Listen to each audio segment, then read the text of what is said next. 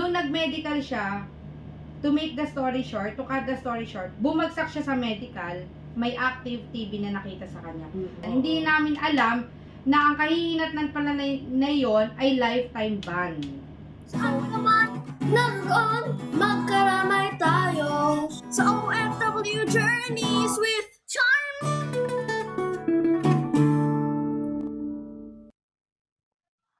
And yes, ito na po ang karuktong ng episode natin last week.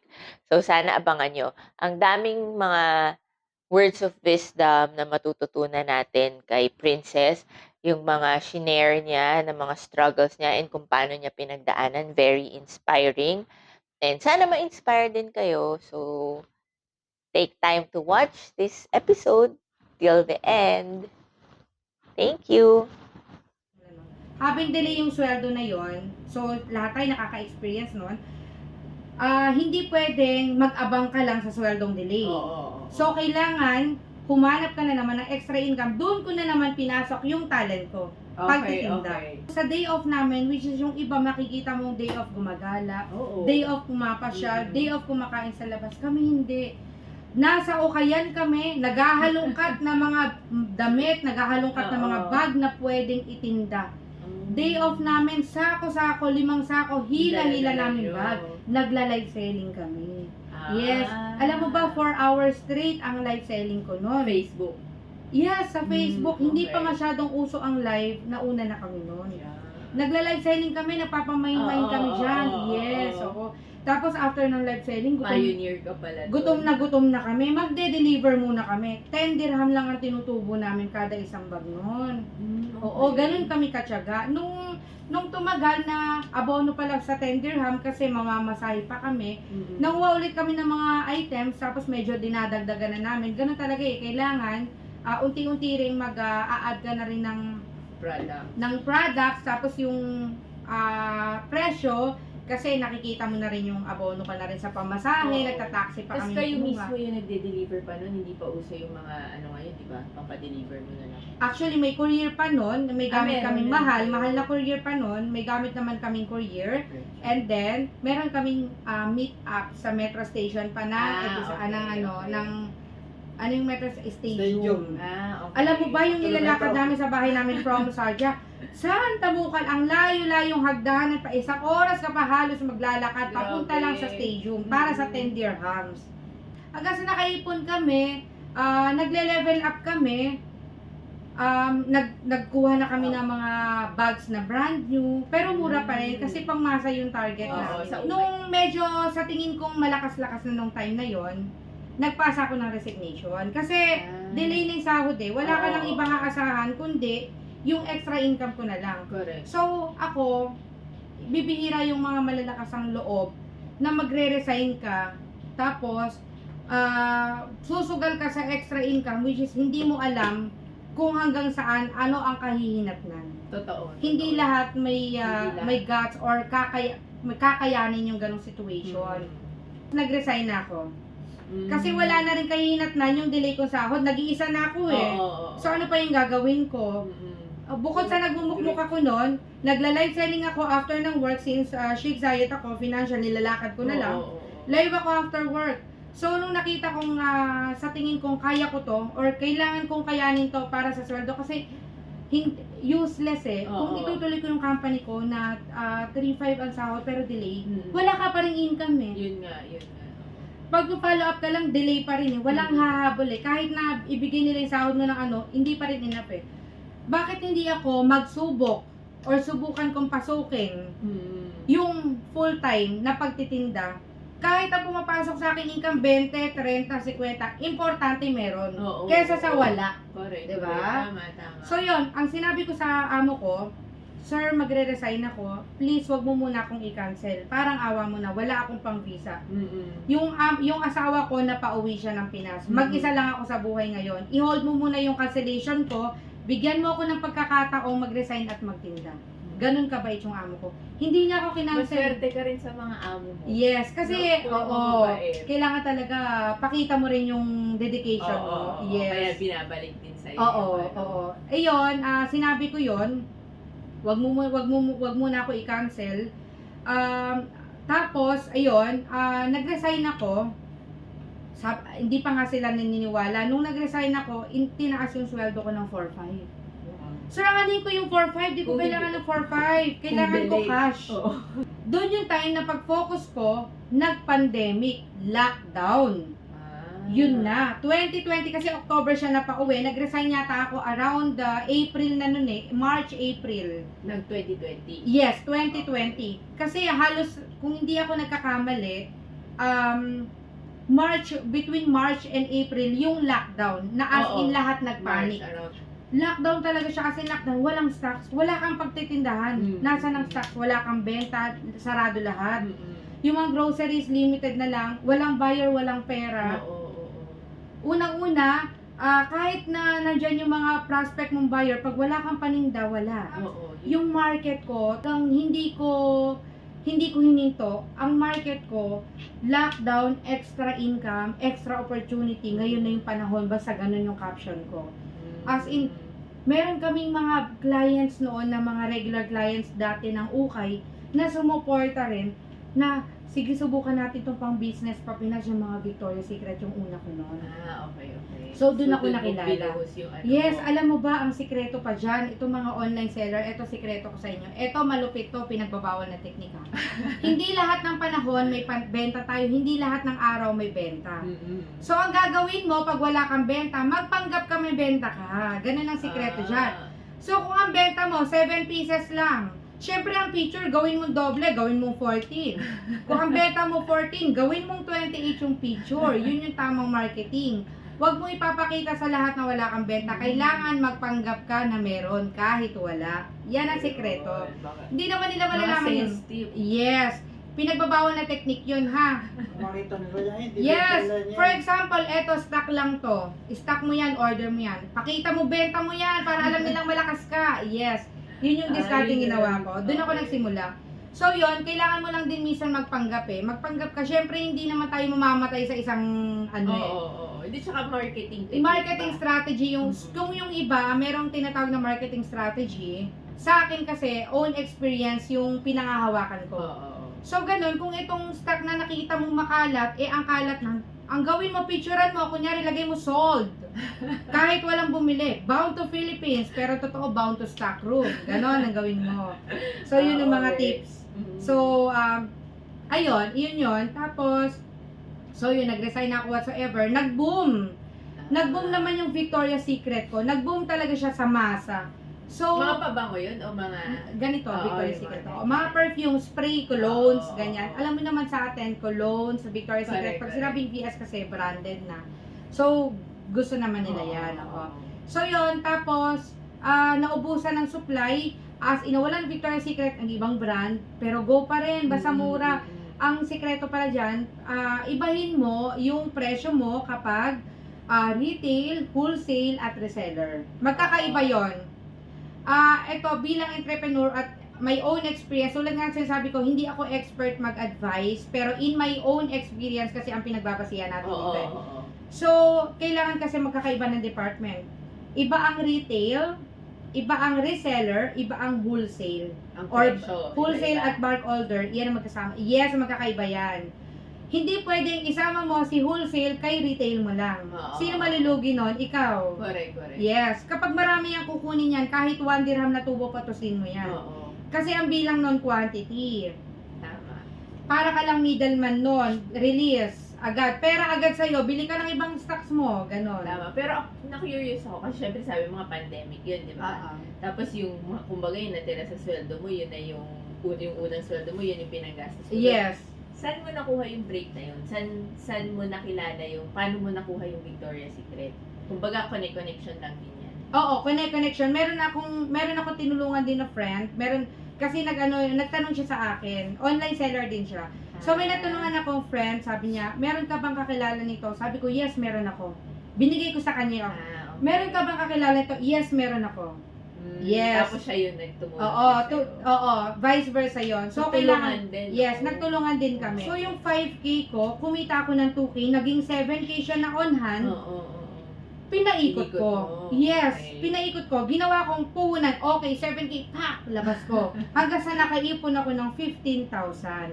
Wow. Yes.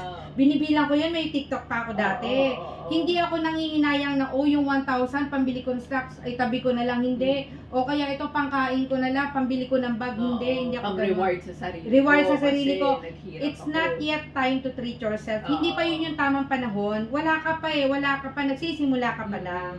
So yun yung sa nakikita ko, na iba siguro kaya yung iba na-fail, is nagre-reward agad. Pag Oo. 20 may kinita, nakain tayo. Correct. Reward na agad Oo. sa sarili. So yun ang nangyayari. Although hindi mo maiwasan minsan, okay lang yun. Pero wag naman yung kada na lang may profit ka na 50, may profit kang 500. Tapos yung capital mong 5K, yun na lang yun, hindi na yung product, hindi na mag-enhance, yes, hindi na mag-grow. So yun, hanggang sa naging 15K, nung nag-15K siya, pinasok ko ang testers. Kasi medyo mataas talaga yung costing ng mga perfumes. 15K naman ang naging capital ko nung nakaipon ako, pinasok ko yung 15K. Lahat ng 15K, binili ko lahat ng perfume. Kasi nakita ko na yung perfume pala is international.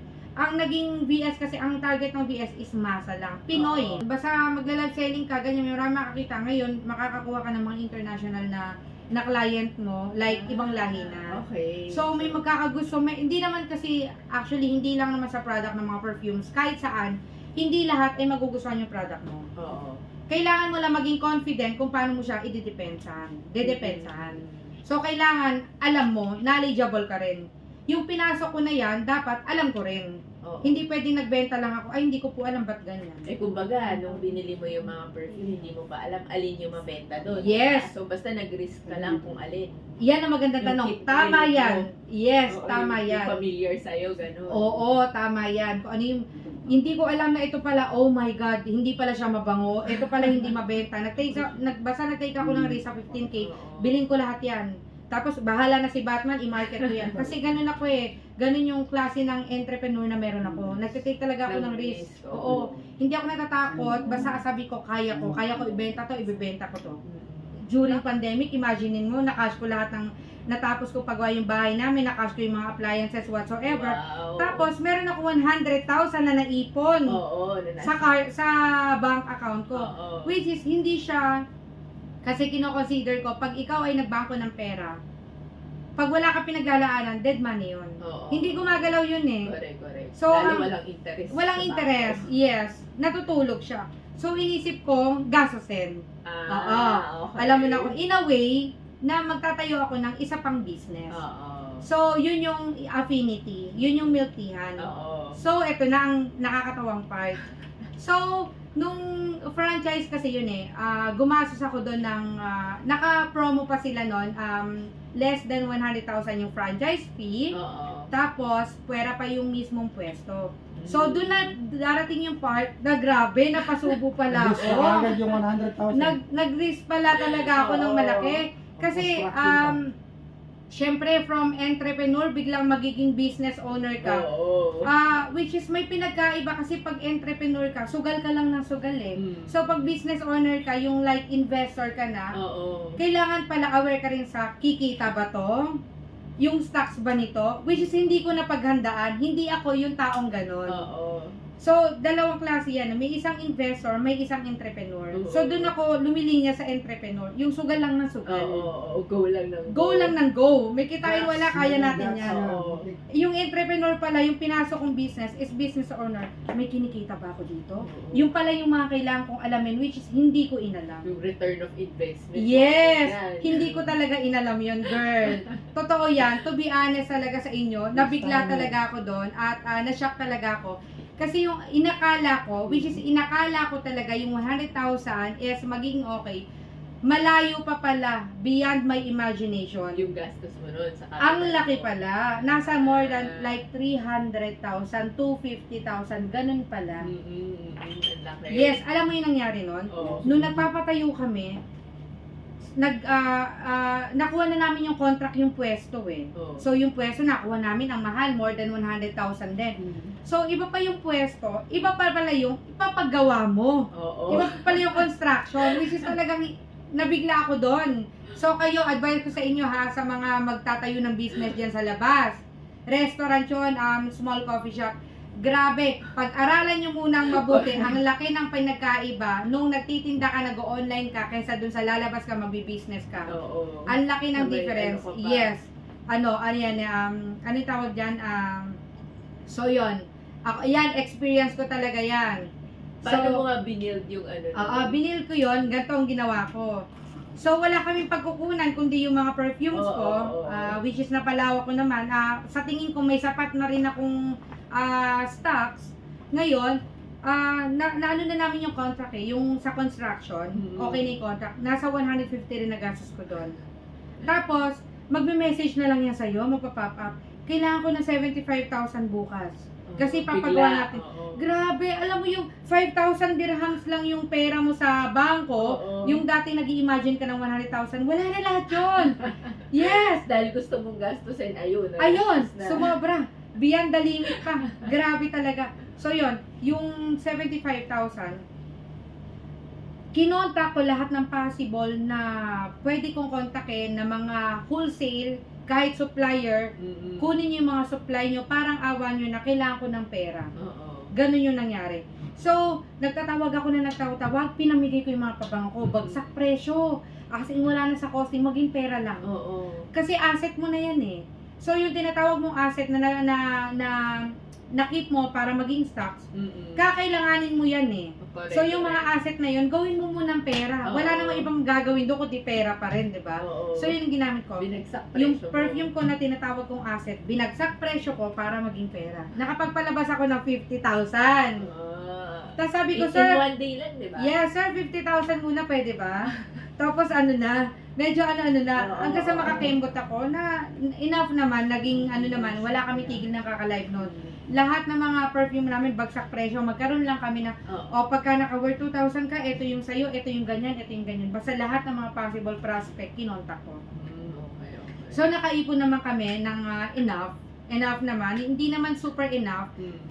Kinakapos-kapos, dumating naman sa point na yun. Basta, to cut the story short, napunan naman, na-feel naman yung pangangailangan, hanggang sa na-i-build naman siya. Yes, kaya ngayon running na siya. Oo, tapos, may license pa pala, may visa pa pala, papa-approve pa pala sa Dubai Municipality. Hindi ako prepared So, dyan. lahat yun, inano mo lang. Yes, grabe. Sabi ko nga, sino ang pwedeng pagbentahan ng kidney, pero may damage.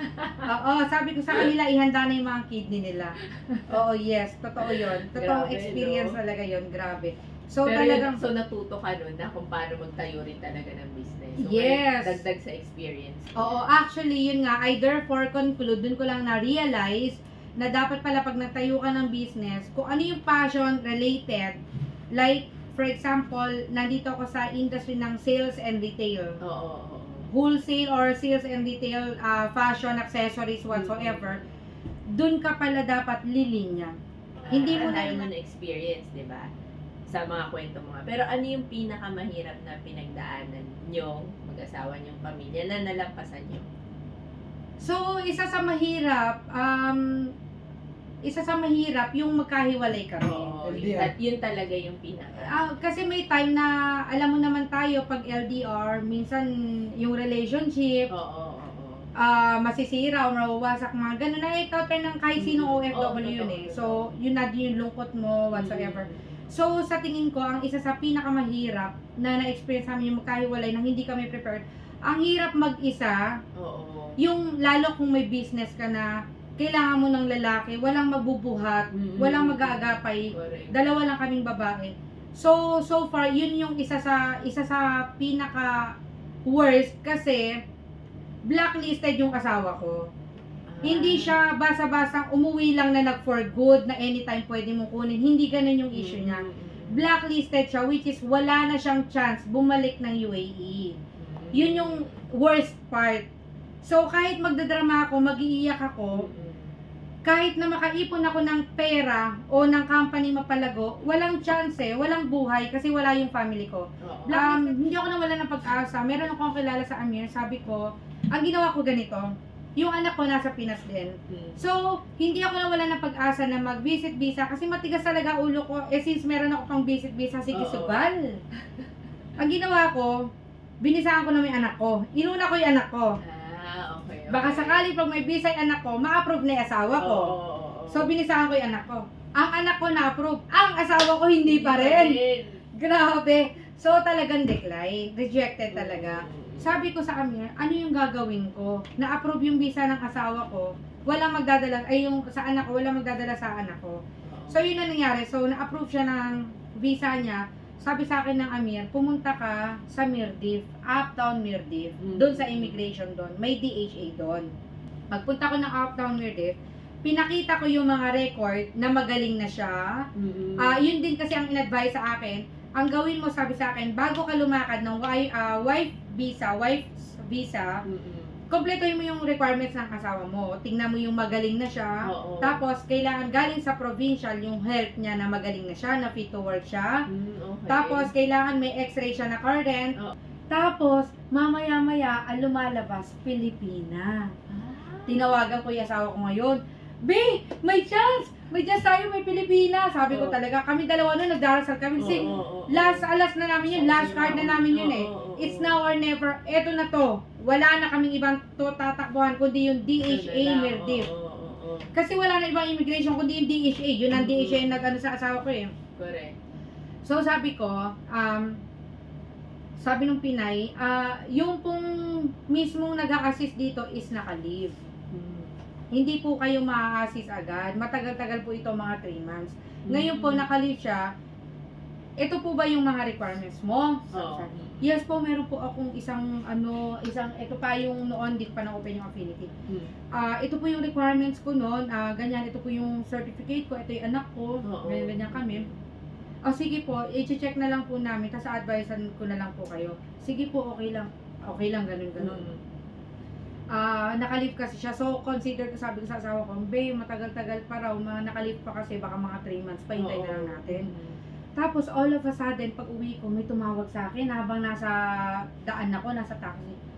Ma'am, sabi niya, meron daw pong mag-a-assist sa inyo bukas. Punta kayo rito ng 8:45 ng umaga. Dalhin niyo yung mga requirements na pinakita niyo sa akin kanina. Wow. Yes!